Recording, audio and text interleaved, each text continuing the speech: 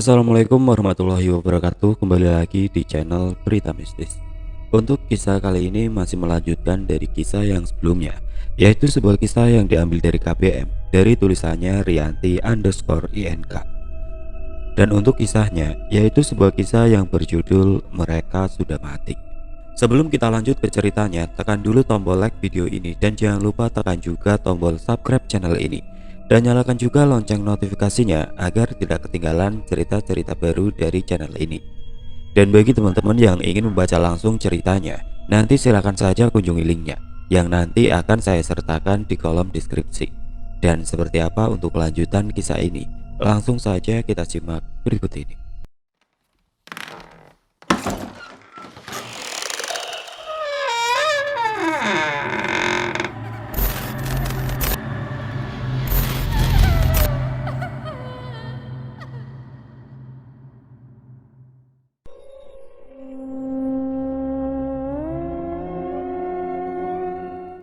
Aku kemudian keluar dari dapur, mengikuti Mas Agus menuju ke dalam kamar. Padahal aku merasa amat penasaran dengan apa sebetulnya yang sedang dilakukan oleh Mbok Ratmi sama perempuan itu di luar sana. Aku dan Mas Agus segera mengambil air wudhu, lalu mendirikan sholat tahajud bersama. Hingga selesai waktu subuh, kami berdua tidak tidur lagi. Aku langsung pergi ke dapur setelah selesai sholat subuh untuk membuat sarapan. Gorden jendela kaca aku buka. Di luar sudah lumayan terang, sebab matahari mulai memancarkan sinarnya. Sejenak aku memperhatikan sekitar tempat di mana tadi Mbok Ratmi dan perempuan itu duduk. Tidak ada hal yang mencurigakan, semua tampak biasa saja. Aku lantas menutup gorden kembali, lalu memulai membuat sarapan. "Kita jadi hari ini pergi ke rumah Pak Iwan, Mas?" tanyaku saat aku dan Mas Agus sedang sarapan. "Iya jadi, Dek. Kenapa?" Mas Agus malah balik bertanya. "Gak apa-apa, Mas. Nanti aku mau tanya-tanya soal kakek Tobing dan keluarganya. Mungkin Pak Iwan dan Bu Wati tahu tentang mereka." Mas Agus menghentikan makannya. Dia lantas memandangku seraya menautkan kedua alis. "Memangnya apa yang mau kamu tanyakan soal keluarga kakek Tobing, Dek? Apa yang ingin kamu ketahui tentang mereka?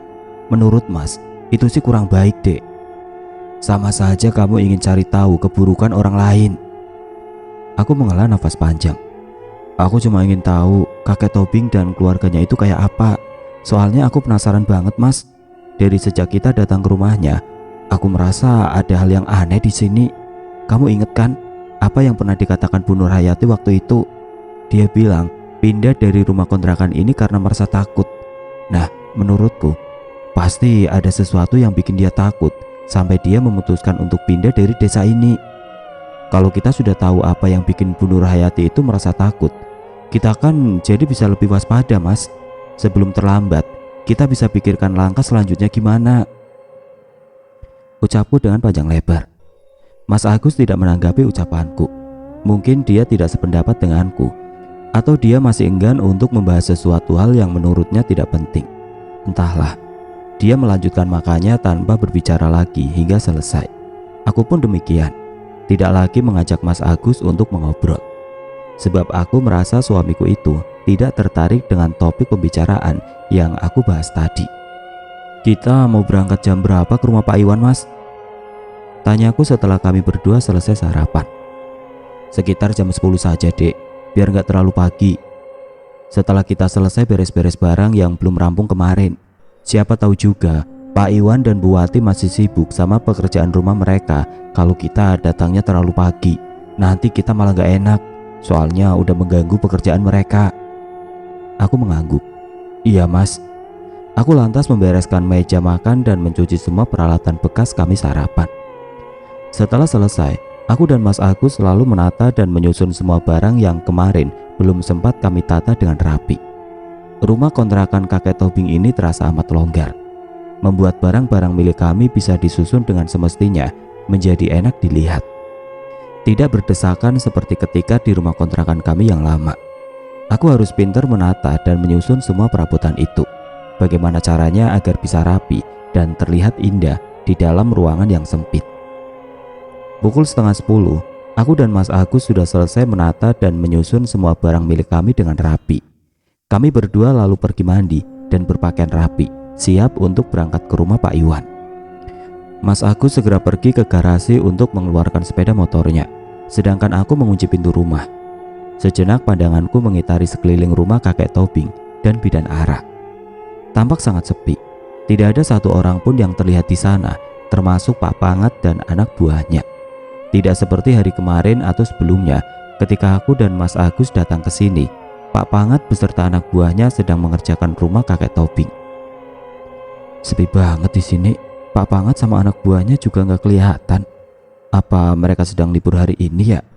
Kenapa aku ngerasa kalau di sini nggak ada orang ya? Kayak desa mati yang nggak ada penghuninya. Aku ngerasa cuma ada aku dan Mas Agus saja di desa ini. Aku bergidik membayangkan hal tersebut. Aku lantas menghampiri Mas Agus yang masih berada di garasi. Udah siap belum Mas? Tanyaku seraya melihat ke arah Mas Agus yang sedang mengelap sepeda motor miliknya. Sebentar dek, dikit lagi. Mas lap dulu biar bersih. Soalnya kemarin kan seharian kena debu, belum sempat dibersihkan. Sambil menunggu Mas Agus selesai mengelap sepeda motornya, aku iseng berjalan perlahan ke arah halaman rumah bidan Ara yang letaknya bersebelahan dengan rumah kontrakan kami. Dan memang tidak ada pembatas berupa pagar. Mungkin memang sengaja dibuat seperti itu agar terlihat lebih luas. Lagi pula mereka semua kan satu keluarga. Aku juga ingin lihat rumah yang satunya lagi, yang berada di antara rumah kakek Tobing dan bidan Ara. Aku ingin tahu siapa yang menempati rumah itu. Apa rumah tersebut juga kosong seperti rumah kontrakan kami ini sebelum aku dan Mas Agus menempatinya. Namun baru beberapa saat kakiku melangkah, tiba-tiba aku merinding. Bulu kuduk di tengkuk dan kedua tanganku langsung meremang. Aku merasa seperti ada seseorang yang sedang memperhatikan dari balik jendela depan rumah bidan Ara. Seketika aku langsung berbalik arah dengan setengah berlari menuju ke garasi. Kamu kenapa dek? Kok ngos-ngosan gitu? Tanya Mas Agus seraya menautkan kedua alis dan menatapku penuh keheranan. Dia sudah selesai dengan pekerjaannya. Sepeda motor miliknya sudah terlihat bersih dan kinclong. Nggak apa-apa Mas, tadi aku agak lari datang ke sini. Soalnya takut ketinggalan waktu aku dengar kamu nyalain mesin motor. Jawabku berbohong. Aku sengaja tidak mengatakan hal yang sebenarnya pada suamiku, sebab aku yakin nanti dia pasti tidak akan percaya dengan apa yang aku ucapkan seperti yang sudah-sudah. Memangnya tadi kamu habis dari mana dek? Aku lantas bilang kalau aku baru saja dari halaman rumah bidan Ara, sambil menunggu Mas Agus selesai mengelap sepeda motornya. Suamiku itu menghela nafas dalam setelah mendengar perkataanku, tapi dia tidak berkomentar apapun. Ya udah, ayo cepat kamu naik, kita berangkat sekarang ke rumah Pak Iwan, titah Mas Agus. Dengan segera aku naik ke atas jok belakang sepeda motor suamiku. Tidak lama berselang, sepeda motor yang kami kendarai berjalan perlahan meninggalkan halaman rumah kontrakan kami menuju ke arah rumah Pak Iwan. Di sepanjang jalan kami tidak berpapasan dengan seorang pun yang melintas di jalan yang kami lalui. Aku juga tidak melihat ada satu orang pun yang lewat. Aneh sekali desa ini. Amat sepi dan penuh misteri. Aku membatin. Membuat aku merasa takut, tapi juga penasaran. Ada apa sebetulnya di desa Bumi Arum ini? Kenapa aku sama sekali nggak lihat ada orang di sepanjang jalan yang kami lalui? Apa memang betul ya kalau desa ini adalah desa mati? Seperti yang dibilang Pak sopir truk tempo hari waktu dia mengantar kami pindahan ke sini. Jangan-jangan memang benar apa yang dirasakan oleh Pak supir truk itu. Kalau desa Bumi Arum ini memang nggak ada penghuninya. Soalnya aku juga ngerasain hal yang sama kayak gitu. Aku membatin sambil menelan ludah. Tenggorokanku tiba-tiba terasa amat kering. Aku menoleh ke arah kiri dan kanan. Barangkali saja aku melihat seseorang. Namun sejauh mata memandang, aku tetap tidak melihat ada seorang pun yang melintas di jalan yang kami lewati. Mas, kok nggak ada satu orang pun yang lewat di jalan ini ya? Dari tadi kita berangkat, sejak dari rumah sampai sekarang. Kok kita nggak ketemu sama seorang pun ya? Tanyaku pada Mas Agus, sekedar basa-basi. Daripada saling diam, karena tidak ada topik pembicaraan yang kami obrolkan di sepanjang jalan menuju ke rumah Pak Iwan. Sebab aku berkeyakinan kalau suamiku itu pasti tidak akan antusias membahas soal seperti ini denganku. Mungkin warga desa ini sedang sibuk dengan pekerjaan mereka masing-masing, dek. Sekarang kan memang belum waktunya orang istirahat di jam kerja. kecuali mereka yang berada di rumah saja. Lagian sekarang kan sedang musim panen. Kamu ingat nggak, waktu Bu Lilis pernah bilang kalau sedang musim panen kan hampir semua warga desa Bumi Arum pergi ke sawah, karena mata pencaharian warga desa ini memang sebagai petani. Jawab Mas Agus seperti yang sudah aku duga sebelumnya. Dia pasti punya 1000 macam argumen untuk menjawab setiap pertanyaanku. Padahal sebenarnya bukan seperti itu yang aku harapkan. Aku ingin Mas Agus ikut antusias membahas hal yang menurutku terasa aneh. Masa iya sih, dalam satu desa tidak ada satupun orang yang kami temui? Oke lah, kalau semua warga desa Bumi Arum ini memang petani dan mereka sekarang sedang sibuk di sawah karena memang sedang musim panen.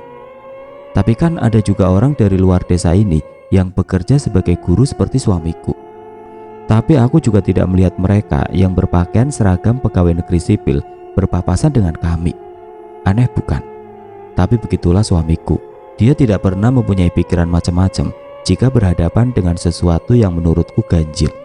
Mas Agus akan menganggap hal tersebut wajar dan biasa saja.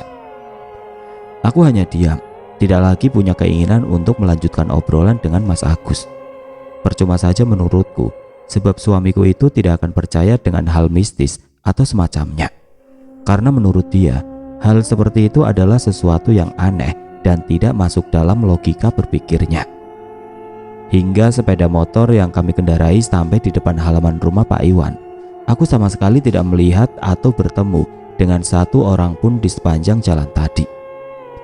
Segera aku dan Mas Agus menuju pintu rumah Pak Iwan setelah suamiku memarkirkan sepeda motornya. Assalamualaikum.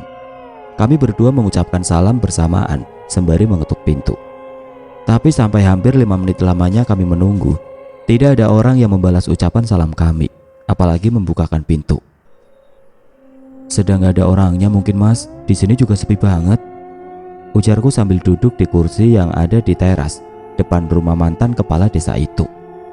Iya dek, mungkin Pak Iwan sama Bu Wati sedang pergi, kita tunggu sebentar lagi aja ya. Siapa tahu nanti yang punya rumah datang, kata Mas Agus seraya ikut duduk di sebelahku. Iya Mas, kataku seraya mengangguk setuju. Sejenak aku mengamati sekeliling rumah Pak Iwan, dan tiba-tiba aku merasakan hal yang sama ketika sedang mengamati rumah Pak Didi tempo hari. Terasa ada yang aneh dan janggal menurutku. Seperti desa yang tidak berpenghuni, sangat sepi dan lengang, hanya terdengar suara pepohonan yang berdesir ditiup angin. Mas, coba deh kamu ketuk sekali lagi pintunya. Siapa tahu Pak Iwan dan Bu Wati udah pulang lewat pintu belakang, usulku. Setelah hampir selama 10 menit kami berdua menunggu, tapi belum ada juga orang yang muncul dari dalam rumah membuka pintu. Tanpa banyak bicara, Mas Agus segera beranjak dari tempat duduknya. Dia kemudian menuju ke arah pintu depan rumah Pak Iwan. Assalamualaikum. Kembali Mas Agus mengetuk pintu seraya mengucapkan salam. Kali ini dengan suara dan ketukan yang lebih keras dari sebelumnya, agar bisa terdengar sampai ke dalam oleh si pemilik rumah. Assalamualaikum. Mas Agus mengulangi mengetuk pintu sembari mengucapkan salam untuk yang kesekian kalinya, dengan suara dan ketukan yang lebih keras lagi. 5 menit berlalu namun pintu depan rumah Pak Iwan tidak juga terbuka. Tidak ada juga orang yang menjawab salam suamiku dari dalam.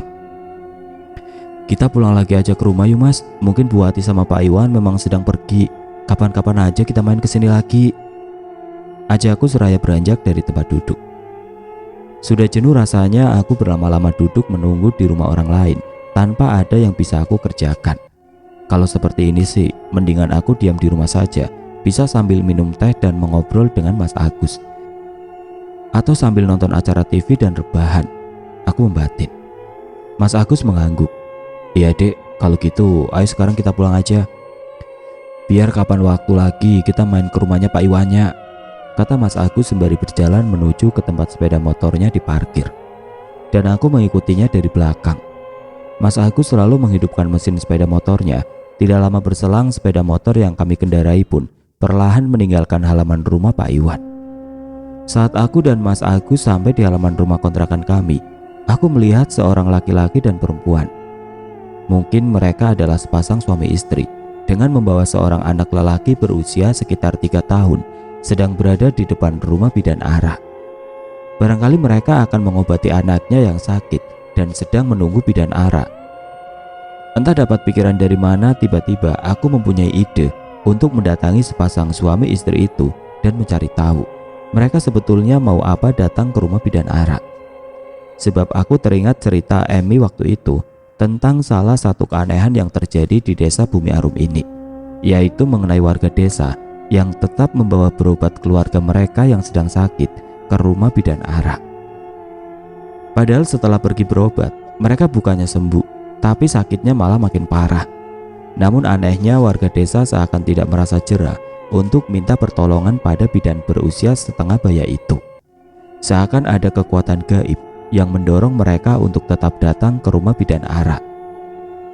"Mas, aku mau ke rumah bidan Ara dulu ya sebentar," pamitku pada Mas Agus begitu turun dari jok belakang sepeda motor. "Loh, memangnya kamu mau ngapain ke sana, Dek?" tanya Mas Agus seraya menatapku penuh selidik. Dia mengerutkan dahi, raut wajahnya menampakkan rasa heran. "Mau tanya-tanya, Mas, siapa tahu bidan Ara butuh asisten bidan. Nanti aku kan jadi bisa melamar kerja sama dia. Dan kalau diterima, aku kan jadi bisa kerja deket sambil masih bisa ngurus rumah dan nungguin kamu pulang kerja," jawabku sekenanya. Mas Agus manggut-manggut. "Oh gitu, boleh ya Mas, gak bakalan lama kok," kataku agak memaksa. Mas Agus mengangguk. "Iya boleh, tapi sebelum waktu zuhur kamu harus sudah pulang ya Dek," kata Mas Agus sambil membawa sepeda motornya ke dalam garasi. "Iya Mas, aku gak akan sampai zuhur. Ini kunci pintu depan Mas," ucapku sembari memberikan kunci pintu rumah, dan aku pun segera pergi ke rumah bidan Ara. "Assalamualaikum," sapaku ramah begitu sampai di teras depan rumah bidan Ara. Sepasang suami istri itu menoleh ke arahku bersamaan. Mereka memandangku dari ujung kepala sampai ke kaki. Tatapan mereka penuh selidik. Aku mencoba untuk tersenyum secara mungkin, tapi kedua orang itu sepertinya tidak menanggapi, bahkan menjawab salamku pun tidak. "Bapak sama ibu mau berobatin anaknya ya?" tanyaku berusaha untuk tidak ambil peduli dengan sikap sepasang suami istri itu. Mereka berdua hanya mengangguk. Entah kenapa, tiba-tiba aku merinding. Aku lalu berusaha untuk melihat lebih jelas lagi wajah kedua orang itu. Dek. Seketika jantungku berdetak tidak karuan saat bersitatap dengan mereka. Wajah kedua orang itu begitu pucat, juga anak kecil yang sedang dipangku olehnya. Seakan tidak dialiri darah, sangat bias, terkesan menyeramkan. Aku menelan ludah dengan susah payah. Tenggorokanku tiba-tiba terasa amat kering. Keringat dingin mulai menetes di kedua pelipis. Aku buru-buru mengalihkan pandangan ke tempat lain, sembari berusaha menenangkan degupan jantung yang berpacu tidak beraturan. Kenapa muka mereka seperti mayat ya? Kelihatan serem banget. Kalau begitu, mendingan aku pulang lagi aja, aku membatin sambil bergidik.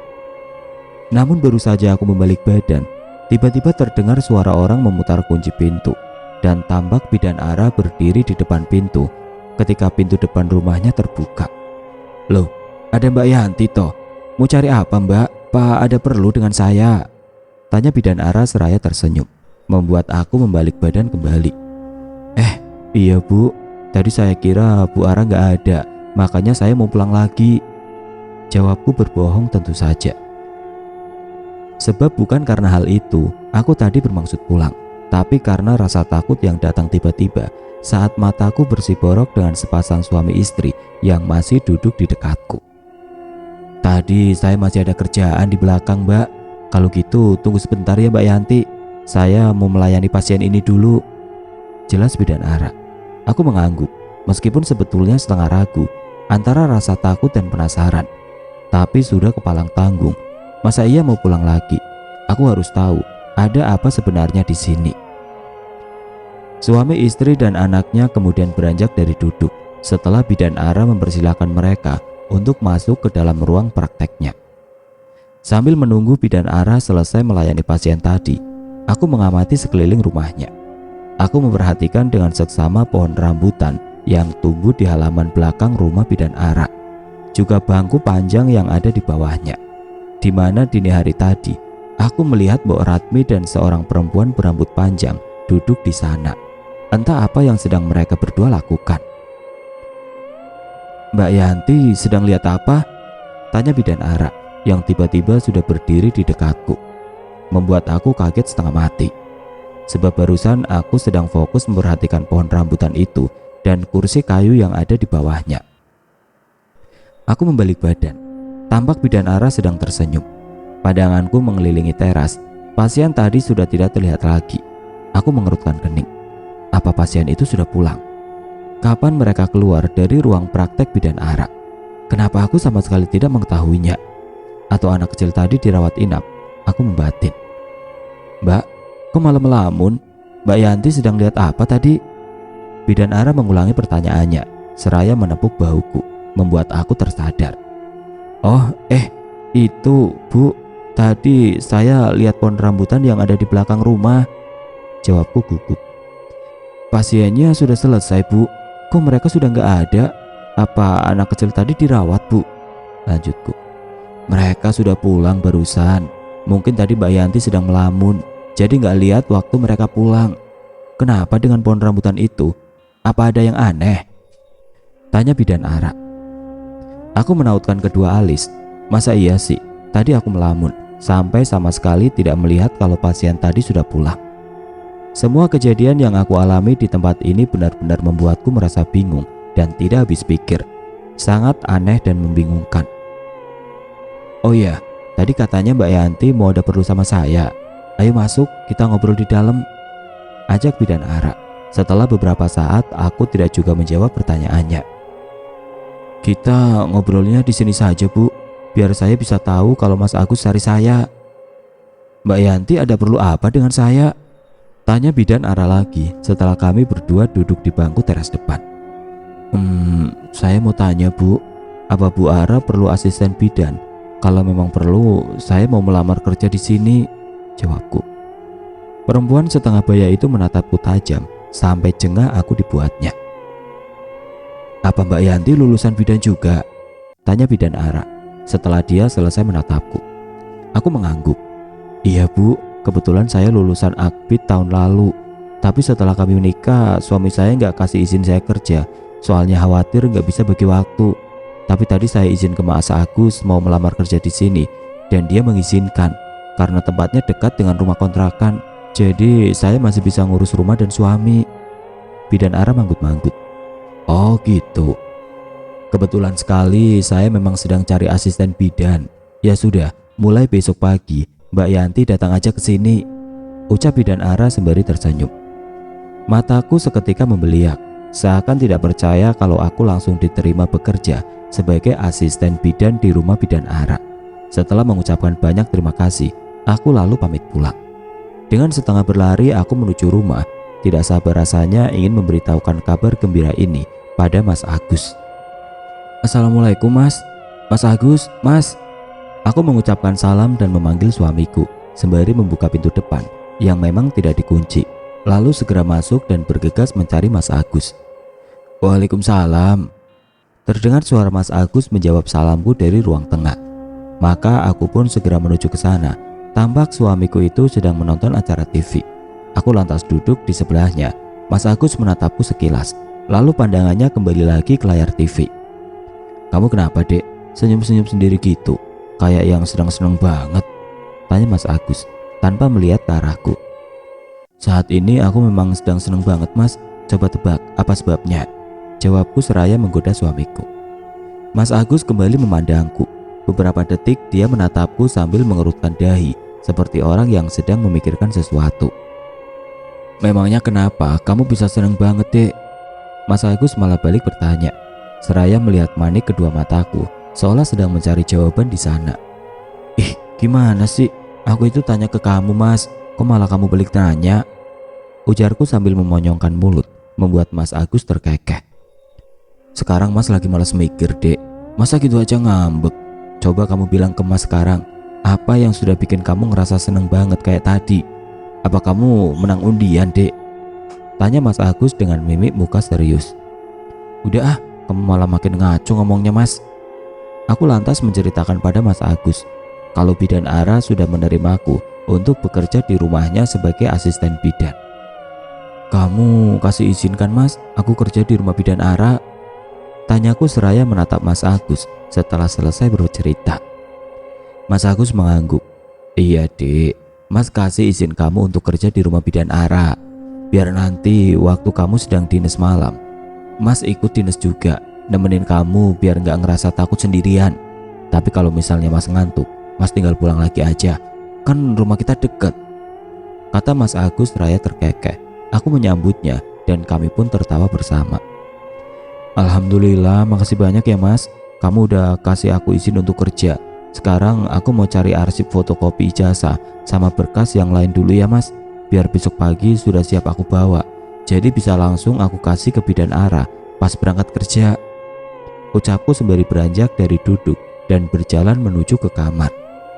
Aku lantas membuka lemari baju dan mencari semua berkas dokumen yang aku perlukan, yang tersimpan dengan rapi dalam sebuah map plastik. Fotokopi ijazah Akademi Kebidanan Ibnu Sina dan fotokopi transkrip nilai, kartu tanda anggota Ikatan Bidan Indonesia, surat izin praktek bidan, surat tanda registrasi, dan fotokopi KTP. Beruntung aku masih menyimpan semua arsip berkas berupa fotokopi yang sudah dilegalisir itu dengan rapi. Sejak lulus dari kuliah di Akademi Kebidanan Ibnu Sina 1 tahun yang lalu. Sebab pada awalnya semua berkas itu akan aku gunakan untuk melamar kerja di beberapa sarana kesehatan yang ada di kotaku, seperti rumah sakit swasta, klinik rawat inap, rumah sakit ibu dan anak, bidan praktek swasta, dan rumah bersalin. Tapi setelah menikah ternyata Mas Agus tidak memberikan izin padaku untuk bekerja. Akhirnya semua berkas tersebut hanya tersimpan di dalam map. Setelah aku selesai menyimpan semua berkas itu, aku lalu menyimpannya dalam sebuah map kertas. Kemudian menaruh map tersebut di atas meja rias agar tidak lupa dan tercecer saat akan aku bawa ke rumah bidan Ara besok pagi. Aku mengambil telepon genggam dari dalam saku baju, bermaksud akan memberi kabar pada Emi kalau aku dan Mas Agus sudah pindah ke desa Bumi Arum dan mulai besok pagi aku sudah bekerja sebagai asisten bidan di rumah bidan Ara, anak dari pemilik rumah kontrakan yang kami tempati sekarang. Tanpa membuang waktu, aku segera menghubungi nomor telepon genggam milik Emi, tapi tidak tersambung. 3 kali aku mencoba menghubungi nomor HP tersebut, namun tetap tidak tersambung. Mungkin Emi masih sibuk di ruangan, jadi HP-nya dimatikan agar tidak mengganggu pekerjaannya. Karena memang belum waktunya jam istirahat, biar nanti sore saja aku hubungi dia lagi. Aku membatin. Sudah selesai nyiapin barang berkasnya, Dek? Tanya Mas Agus saat dilihatnya aku keluar dari dalam kamar. Sudah Mas, jawabku seraya duduk di sebelah suamiku itu. Iya Mas, kita kalau mau belanja sayuran di mana ya? Itu sayuran yang aku bawa dari Tanjung Karang kemarin paling cuma cukup untuk 2 hari ke depan. Masa iya kita harus keluar dari desa ini hanya untuk belanja sayuran? Soalnya aku gak lihat ada pasar atau warung di sekitar sini, tanyaku. Mas juga belum tahu, Dek, di mana ada warung yang jual sayuran di sini. Besok Mas coba tanya ke teman guru yang lain, atau coba kamu tanya ke Mbok Ratmi atau bidan Ara, Dek. Besok kan kamu sudah mulai kerja di sana, pasti bakalan ketemu sama mereka, ucap Mas Agus. Aku manggut-manggut. Iya Mas, besok aku akan tanya ke Mbok Ratmi atau bidan Ara. Tapi masa iya sih di sini nggak ada warga yang buka warung? Terus mereka kalau belanja sayuran dan keperluan yang lain kemana ya? Apa ke pasar? Mas Agus menggeleng. Mungkin ada, Dek, warga desa yang buka warung dan jualan segala macam keperluan rumah tangga sehari-hari. Cuma kitanya aja yang belum tahu. Kita sholat dulu yuk, sudah masuk waktu zuhur, ucap Mas Agus sambil melihat ke arah jam yang menempel di dinding di atas TV. Dia lantas beranjak dari tempat duduknya dan aku mengikuti, melangkah masuk ke kamar. Selepas sholat asar, aku dan Mas Agus duduk di teras depan rumah kontrakan kami. Angin yang bertiup semilir membuat udara terasa amat sejuk dan bikin ngantuk. Pepohonan yang tumbuh di sekitar halaman rumah kakek Tobing membuat suasana terasa adem dan nyaman. Keadaan di sekeliling rumah kontrakan kami sangat sepi. Tidak tampak ada seorang pun yang berada di luar. Hanya sesekali terdengar suara burung yang terbang di sekitar tempat tinggal kakek Tobing. Mas, kok nggak ada orang yang di luar ya? Kakek Tobing sama bidan Ara apa nggak pernah ke rumah ya? Tanyaku membuka percakapan setelah hampir selama setengah jam kami berdua duduk di teras depan. Mungkin mereka memang nggak suka keluar rumah, Dek. Mereka mengobrolnya di halaman belakang. Kan rumah kakek Tobing besar banget. Atau mungkin juga masih ada yang mereka kerjakan di dalam, jawab Mas Agus sambil pandangannya mengarah ke rumah kakek Tobing. Aku manggut-manggut, setuju dengan apa yang dikatakan oleh Mas Agus barusan. Rumah kakek Tobing memang amat besar dan luas, meskipun aku belum pernah masuk ke dalam seluruh ruangan yang ada di dalam rumah itu. Tapi dari luar sudah bisa terlihat. Bangunan tempat tinggal orang tua itu memang sangat besar, entah ruangan apa saja yang ada di dalamnya. Padahal setauku, yang menghuni rumah itu hanya 3 orang saja, kakek Tobing, Mbok Ratmi, serta nenek Nani, istri kakek Tobing. Atau ada penghuni yang lain serta mereka bertiga. Perempuan yang pernah aku lihat sedang duduk di halaman belakang dengan Mbok Ratmi misalnya. Terus rumah yang ada di antara rumah kakek Tobing sama bidan Ara itu, siapa yang nempatin ya Mas? Dari kemarin aku nggak lihat ada orang di rumah itu, ujarku. Mungkin dipakai untuk tempat praktek bidan Ara, Dek. Bidan Ara kan prakteknya di rumah sebelah kita ini, Mas. Tadi pagi kan aku udah kesana, lihat sendiri ada pasien yang berobat, dan sama bidan Ara disuruh masuk ke dalam rumah itu. Maksud Mas, rumah itu untuk tempat pasien rawat inap loh, Dek. Kayak rumah bidan Nuning di sebelah rumah kontrakan kita yang di Tanjung Karang itu. Dia kan punya 2 rumah, satu untuk tempat tinggal, yang satu lagi dipakai untuk pasien yang habis melahirkan. Jelas Mas Agus panjang lebar. Oh iya juga ya, aku kok bisa lupa, gak kepikiran sampai ke sana. Aku kira bidan Ara cuma buka praktek berobat jalan saja. Besok coba aku lihat ke sana kalau pas sedang gak ada pasien yang datang. Tiba-tiba aku teringat akan sesuatu. Iya Mas, aku baru ingat. Bukannya nama istri kakek Tobing itu Nenek Cici ya? Waktu kita ketemu sama Bu Nur Hayati di warung bakso tempo hari, dia bilang namanya kan Bu Cici. Tapi kenapa tempo hari Mbok Ratmi bilang namanya Bu Nani ya? Tanyaku seraya melihat ke arah Mas Agus. Mas Agus mengerutkan kening, seakan sedang mengingat sesuatu. Mungkin Cici dan Nani itu nama yang sama, Dek. Atau nama panjangnya istri kakek Tobing, ada nama Cici sama Naninya. Jadi orang memanggilnya masing-masing. Ada yang manggil Nenek Cici, kayak Bu Lilis sama Pak Didi. Dan ada juga yang manggil Bu Nani, kayak Mbok Ratmi, kata Mas Agus setelah beberapa waktu. Aku manggut-manggut, tapi dalam hati aku masih belum yakin kalau nama Nenek Cici dan Bu Nani adalah orang yang sama. Masa iya sih orang akan panggil Nenek Cici, sedangkan orang dalam keluarga kakek Tobing sendiri memanggilnya dengan Bu Nani? Terasa agak aneh menurutku. Bukankah orang lain akan mengikuti apa yang disebut oleh keluarga kakek Tobing? Meskipun begitu, aku tidak membantah ucapan Mas Agus, sebab aku tidak ingin memperpanjang obrolan dengan debat kusir. Tidak penting menurutku dan juga bukan urusan kami. Mau Nenek Cici atau Bu Nani atau siapapun nama istri kakek Tobing, orang memanggil, terserah mereka. Suka-suka mereka, toh panggilan itu tidak akan merugikan diriku dan Mas Agus. Aku mengambil HP dari saku baju lalu menekan nomor HP milik Emi. Barangkali saja dia sudah tidak sibuk saat ini, sebab sudah bukan waktunya jam kerja lagi. Tapi ternyata nomor HP Emi belum juga aktif. Aku lantas mencoba sekali lagi, masih sama, panggilanku tidak terhubung. Kamu mau telepon siapa, Dek? Kok kayak yang penting banget? Tanya Mas Agus ketika aku akan mencoba lagi menghubungi nomor HP Emi. Telepon Emi, Mas. Aku mau ngasih tahu ke dia kalau kita sekarang sudah pindah ke sini. Aku juga mau cerita kalau mulai besok aku sudah mulai kerja di rumah bidan Ara sebagai asisten bidan. Tapi dari tadi siang aku coba hubungi nomor HP-nya gak aktif terus. Tiba-tiba aku melihat bidan Ara dan suaminya sudah berada di teras depan rumah mereka. Aku menautkan kedua alis, merasa heran. Kapan bidan Ara sama Pak Daniel keluar dari dalam rumah?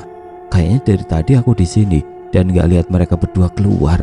Kenapa tiba-tiba saja mereka sudah duduk di teras depan rumahnya?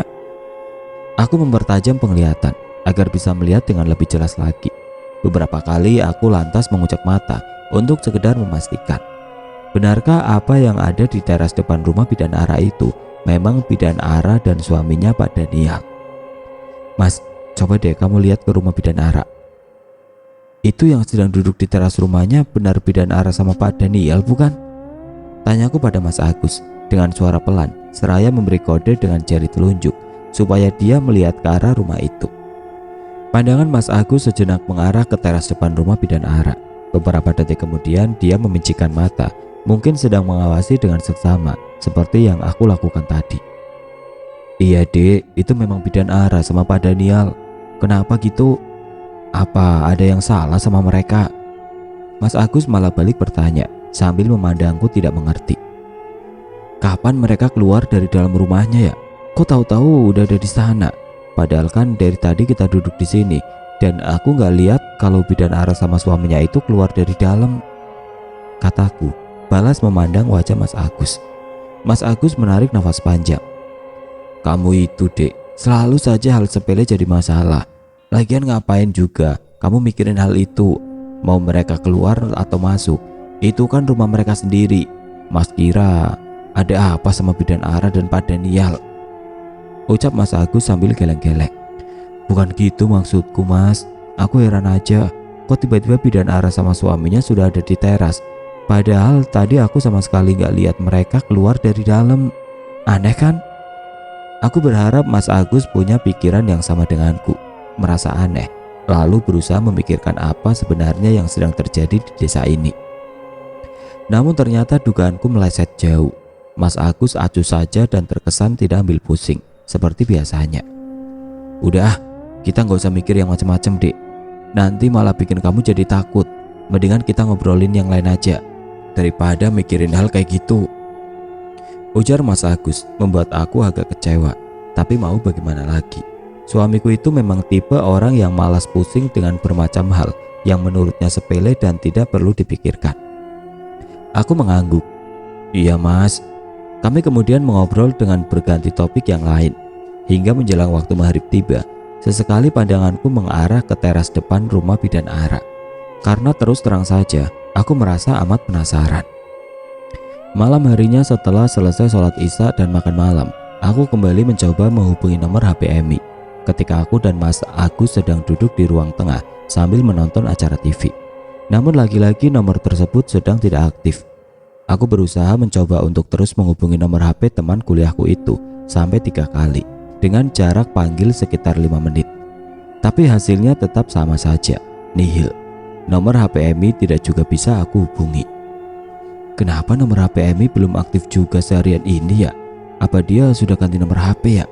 Tapi kenapa dia nggak ngasih tahu aku kalau nomor HP-nya sudah ganti? Atau jangan-jangan HP Emi hilang? Bermacam pertanyaan tentang nomor HP Emi yang belum aktif singgah di kepalaku. Kamu telepon siapa dek? Kok kayaknya dari tadi mas lihat gelisah banget? Tanya Mas Agus sembari menoleh ke arahku sekilas. Setelah itu pandangannya kembali tertuju ke layar TV.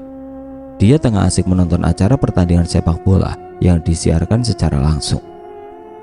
Aku mau telepon Emi mas, tapi kok nomor HP-nya nggak aktif terus ya? Apa dia udah ganti nomor ya? Tapi kenapa dia nggak kasih tahu aku? Apa jangan-jangan HP-nya malah yang hilang? Jawabku. Coba kamu hubungi lagi dia besok pagi dek. Siapa tahu nomornya sudah aktif. Sekarang kita tidur aja yuk, ajak Mas Agus. Seraya menekan tombol off remote televisi, dia lantas beranjak dari tempat duduknya dan berjalan ke kamar. Tanpa banyak bicara, aku pun mengikuti suamiku itu dari belakang. Entah sudah berapa lama aku tertidur, tiba-tiba aku terbangun ketika samar-samar mendengar suara orang yang sedang menangis, seperti malam kemarin. Perlahan aku membuka mata, lalu melihat ke arah jam dinding. Waktu sudah menunjukkan pukul 1:30 malam. Aku menoleh ke samping, tampak Mas Agus masih tertidur dengan nyenyak. Aku mempertajam telinga agar bisa mendengar dengan lebih jelas lagi. Ternyata sama seperti malam kemarin, yang aku dengar saat ini adalah suara tangisan seorang anak kecil. Suara tangisan itu masih saja terdengar, datangnya dari arah ruang belakang. Sejenak aku mengerutkan kening, merasa ada yang aneh. Suara tangisan siapa sebenarnya itu? Sebab kemarin saat aku dan Mas Agus memeriksa dapur, tidak ada siapapun di dalam sana. Pasti sesuatu telah terjadi di tempat ini, aku membatin. Dan aku bertekad akan mencari tahu sampai terjawab semua penasaranku. Suara tangisan anak kecil itu masih saja terdengar, didorong oleh rasa penasaran yang teramat sangat. Perlahan aku beranjak dari tidur dan duduk sejenak di tepi ranjang. Setelah merasa kalau nyawaku sudah terkumpul semua, aku lalu keluar dari dalam kamar menuju ke arah dapur, di mana sumber suara tangisan itu terdengar dengan amat jelas. Aku membuka pintu dapur, dan betapa terkejutnya diriku saat pintu terbuka. Tampak seorang anak lelaki berusia sekitar 5 tahun sedang berdiri di pojok ruangan dapur, dekat dengan kompor gas diletakkan. Matanya tajam menatapku dengan butiran air mata yang menetes membasahi kedua pipinya. Aku menelan ludah. Tiba-tiba aku merinding. Tatapan anak kecil itu terlihat amat menyeramkan. Walaupun dia sedang menangis, untuk beberapa saat aku hanya bergeming seraya memandang wajah anak lelaki itu tanpa berkedip. Rasa takut seketika menyelinap dalam hati. Kedua kakiku gemeteran, padahal ingin rasanya aku segera pergi dari dapur, tapi seperti ada yang menggelayuti kedua kakiku. Ingin sekali aku berteriak sekencangnya, memanggil Mas Agus, namun mulut terkatup rapat seolah terkunci. Siapa anak kecil itu? Anak siapa dia sebenarnya? Kenapa dia bisa sampai di dalam dapur rumahku? Masuk dari mana dia? Bukannya semua pintu sudah aku kunci? Aku membatin sembari melihat anak lelaki itu dengan ketakutan. Sedetik kemudian aku langsung membalik badan dan lari tunggang langgang masuk ke dalam kamar. Ketika aku merasakan kedua kaki terasa enteng serta bisa diangkat dan digerakkan, bergegas aku menutup dan mengunci pintu kamar, lalu menghambur ke atas tempat tidur dan menutupi seluruh badan dengan selimut. "Dek, kamu kenapa?" tanya Mas Agus seraya mengguncang pelan tubuhku.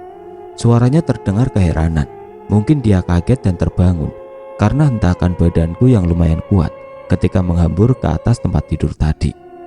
Perlahan aku membuka selimut yang menutupi wajah.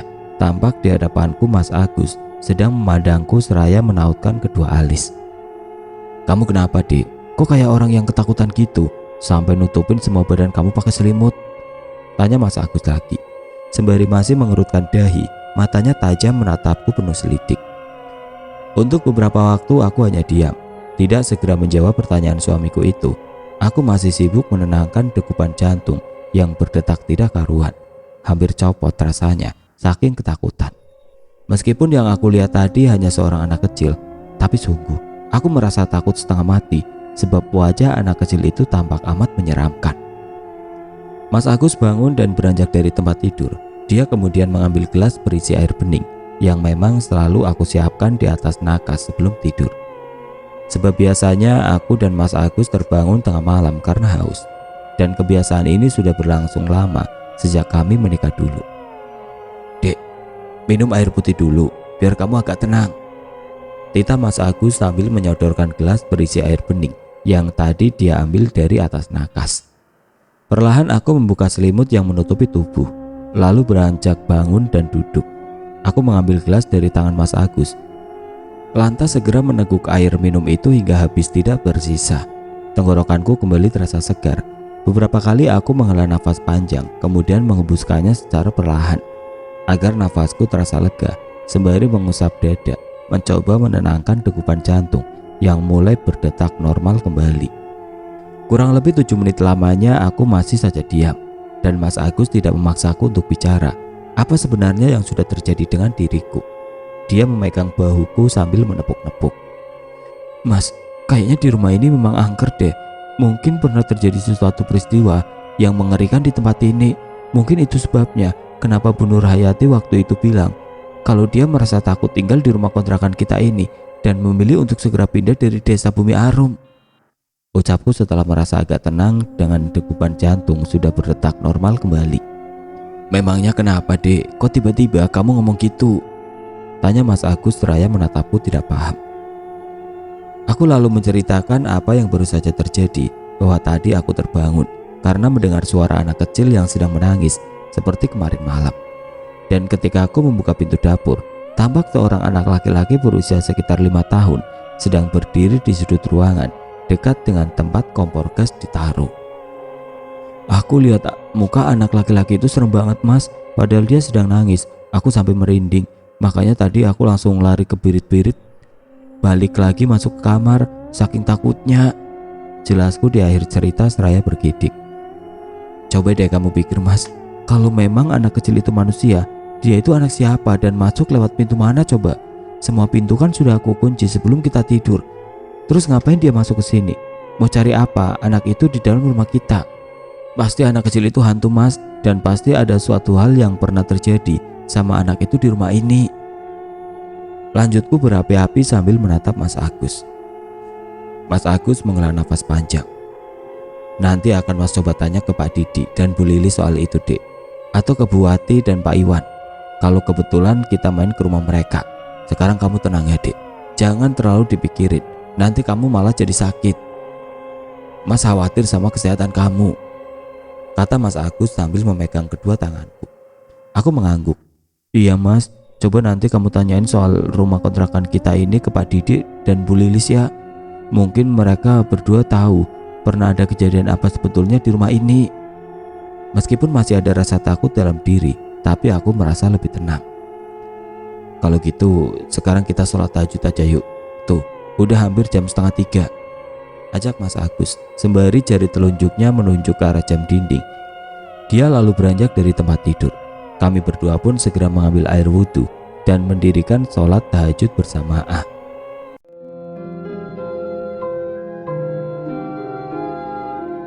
Oke teman-teman, sampai di sini dulu ceritanya. Nantikan kelanjutan kisah ini di video berikutnya. Agar tidak ketinggalan, klik tombol subscribe channel ini dan nyalakan lonceng notifikasinya. Wassalamualaikum warahmatullahi wabarakatuh.